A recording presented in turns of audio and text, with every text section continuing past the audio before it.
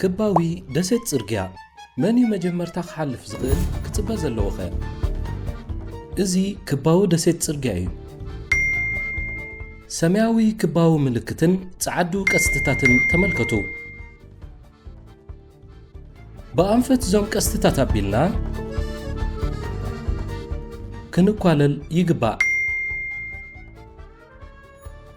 ነዚ ቀይሕ ስሉስ ኩርናዓዊ ምልክት ወይ ናይ ደውበል ምልክት ውን ነስተብህለሉ።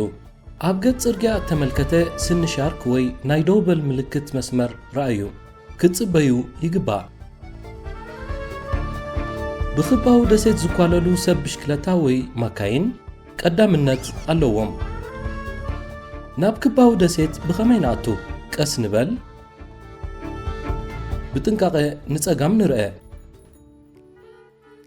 ኣብ ክባዊ ደሴት ማኪና ወይ በዓል ብሽክለታ ኣሎ ዶ? ክንጽበ ይግባእ። ዝመጽእ ሰብ የልቦን?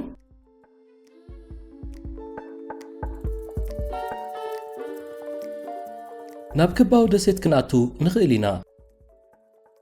ካብ ክባዊ ደሴት ብኸመይ ንወፅእ? ቅድሚ ምጥዋይና ብየማናይ ኢድና ነመልክት።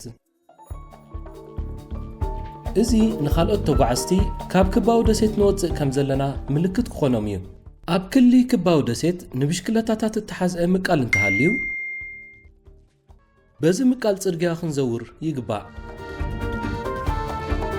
ናብ ምልክታትን ስንሻርክን ነቕልብ።